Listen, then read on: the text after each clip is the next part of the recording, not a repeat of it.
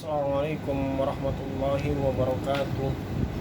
Alhamdulillahi hamdan katsiran thayyiban mubarakan fihi kama yuhibbu rabbuna wa yarda. Asyhadu an la ilaha illallah wahdahu la syarika la wa asyhadu anna Muhammadan abduhu wa rasuluh. Allahumma sholli ala Muhammad wa ala ali Muhammad kama shallaita ala Ibrahim wa ala ali Ibrahim innaka Hamidum Majid. Alhamdulillah, segala puji kita panjatkan kehadiran Allah Subhanahu wa taala yang telah memberikan kita nikmat Islam dan nikmat yang telah Allah berikan kepada kita, yaitu nikmat kesehatan, nikmat iman, dan nikmat beramal soleh serta melakukan apa-apa yang dicintai oleh Allah Subhanahu wa taala. Selawat serta salam selalu tercurahkan atau tersampaikan oleh Nabi kita Muhammad Sallallahu Alaihi Wasallam beserta para keluarganya, para sahabatnya, dan serta para orang-orang yang mengikuti dan membela sunnah beliau. Amin ya robbal alamin. Dan sini saya akan mereview dari pertemuan ke-10, yaitu perintah berjihad dalam kedua perang, yaitu perang Badar dan perang Uhud. Dan langsung saja saya akan menjelaskan sekilas mengenai tentang jihad. Jihad mencurahkan segala kemampuan baik berupa perkataan maupun perbuatan demi memperjuangkan dan menegakkan tali agama Allah untuk demi mencapai ridho Allah Subhanahu wa taala. Di sini ada macam-macam jihad, yaitu yang pertama adalah jihad secara lisan, yang kedua jihad secara harta, yang ketiga jihad dengan jiwa. Dan hukum jihad di jalan Allah atau jihad fisabilillah adalah hukum fardu kifayah, di mana hanya diwakilkan oleh beberapa orang supaya hukum tersebut menjadi gugur atau telah dilaksanakan. Dan itulah sekilas tentang jihad di jalan Allah atau macam-macam jihad. Dan selanjutnya adalah yang saya akan sampaikan adalah review singkat mengenai perang Badar. Perang Badar adalah pertempuran atau perang besar pertama yang dilakukan antara kaum muslimin dengan musuh-musuh Islam pada saat itu, yaitu kaum Quraisy. Terjadi pada bulan Ramadan, yang rajih ulama menyebutkan terjadi pada 17 Ramadan pada tahun kedua setelah Hijriah. Jumlah pasukan muslim pada saat itu berjumlah 314 orang dan memiliki 70 onta. Dan sedangkan kaum musuh, kaum Quraisy, memiliki jumlah pasukan yang banyaknya lebih banyak dari pasukan kaum muslimin, yaitu 1000 orang. Dan penyebabnya perang ini disebabkan oleh kebencian Abu Jahal terhadap Islam pada saat itu. Kedudukan Abu Jahal sangat terancam. Dan yang kedua adalah umat Islam merasa ditindas. Yang ketiga adalah perampasan harta dan benda dan pengusiran kaum muslimin pada masa saat itu. Dan disinilah faidah yang dapat diambil adalah bagaimana kesabaran kaum muslimin untuk menghadapi musuh-musuhnya dengan jumlah yang dikit dibandingkan jumlah musuh-musuhnya sebanyak 1000 orang. Disinilah Allah menurunkan kekuasaannya, memberikan kemenangan terhadap kaum muslimin. Dan disinilah kaum muslim mendapat harta rampasan perang yang banyak. Wallahu a'lam. Dan selanjutnya adalah perang Uhud. Terjadi sebagai ajang balas dendam kaum kafir Quraisy atas perang sebelumnya, yaitu perang Badar. terjadi di Bukit Uhud pada tanggal 3 Syawal pada tahun ketiga Hijriah. Di sini jumlah kaum muslimin berjumlah 1.000 orang dan kaum kafir Quraisy berjumlah 3.000 orang.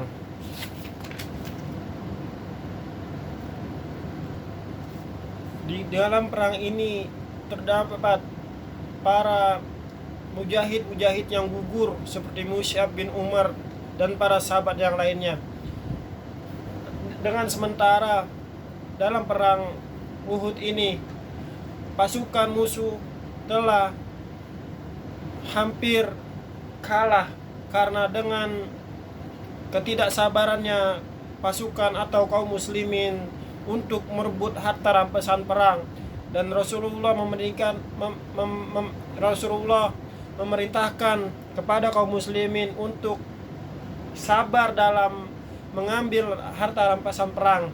Dan di sanalah kaum kafir Quraisy yang dipimpin oleh Khalid bin Walid mengejarkan serangannya, dan sampai diriwayatkan gigi geraham Rasulullah SAW mengenai oleh sasaran panah atau luka terhadap wajah Rasulullah SAW.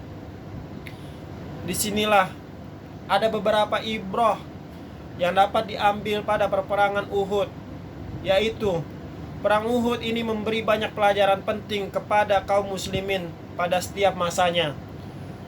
Peristiwa yang telah dijelaskan dahulu seolah-olah menjadi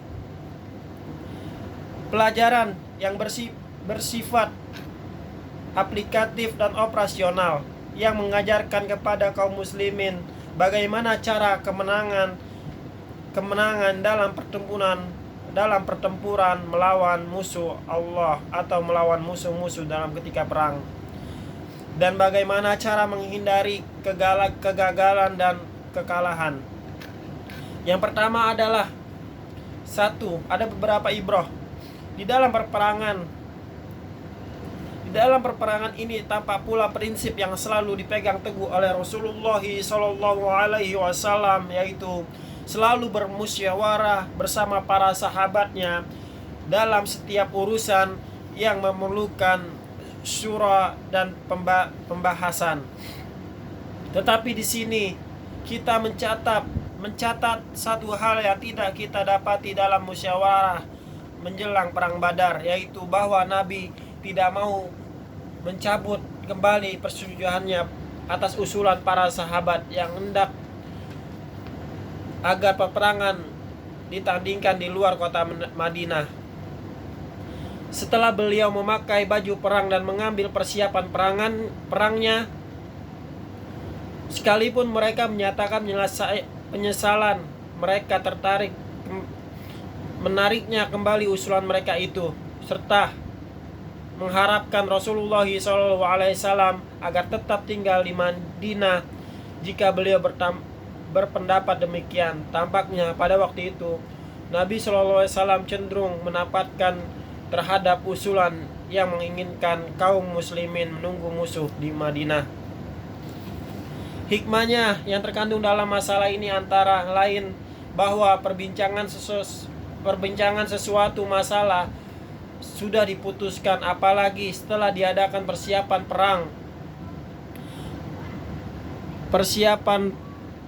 perang setelah Rasulullah SAW muncul di tengah kaum atau para sahabatnya seraya memakai baju perang dan mengangkat senjatanya adalah suatu tindakan di luar prinsip, dan khususnya menyangkut masalah-masalah perperangan yang memerlukan di samping musyawarat adalah ketagasan dan kepastian sikap dan prinsip yang dipegang oleh Rasulullah SAW. Dan yang kedua, ibrah atau pelajaran yang dapat diambil dalam peperangan kedua ini adalah dalam perperangan ini kaum munafikin menunjukkan sikap asli mereka, sikap mereka mengandung banyak hikmah dan tujuan. Di antaranya yang terpenting adalah wujud menyapu bersih unsur-unsur munafik dalam hati atau dalam dada kaum muslimin. Selain itu, sikap kaum munafikin tersebut memberikan berbagai manfaat bagi kaum muslimin untuk menghadapi masa-masa yang akan datang. Ciri khas utama kaum munafikin adalah ingin mengambil keuntungan yang terdapat dalam Islam dan menjauhi segala tanggung jawab yang berupa resiko itu sendiri. Dan suatu yang mengikat mereka adalah dengan Islam ialah di antara lain adalah harta rampasan yang mereka idam-idamkan dan bencana yang dapat mereka abaikan. Dan yang terakhir adalah yang ketiga, secara singkat adalah dalam perperangan ini Rasulullah SAW tidak mau meminta bantuan kepada orang muslimin. Dan kendati jumlah kaum muslimin masih sangat sedikit, dalam hadis diriwayatkan dari Ibnu Sa'ad, Rasulullah SAW bersabda, kami tidak akan pernah meminta bantuan kepada orang-orang musyrik untuk menghadapi orang-orang musyrik. Dan disinilah untuk menghindarkan kemunafikan orang-orang musyrik pada masa itu. Dan beberapa ibrah yang dapat diambil singkatnya adalah Allah telah membantu pasukan kaum muslimin yang jumlahnya sedikit. Disanalah dengan mukjizat Rasulullah SAW untuk memimpin langsung perperangan yang ada pada masa saat itu. Dan sekian yang dapat saya sampaikan, semoga memberi manfaat dalam membangun jiwa, terutama jihad melawan hawa nafsu kita sendiri, dan yang kurang datangnya dari kesalahan saya dan gangguan syaitan. Semoga Allah memaafkan kita dan memberi hidayah selalu kepada kita, dan semoga kita selalu mendapatkan lindungan dan taufik dari Allah Subhanahu wa ta'ala. Allahumma inni as'aluka huda wa tuqa wa lafafa wa tuqa wal ghina. Subhanaka Allahumma rabbana wa bihamdika asyhadu an la ilaha illa anta astaghfiruka wa atubu ilaik. Wassalamualaikum warahmatullahi wabarakatuh.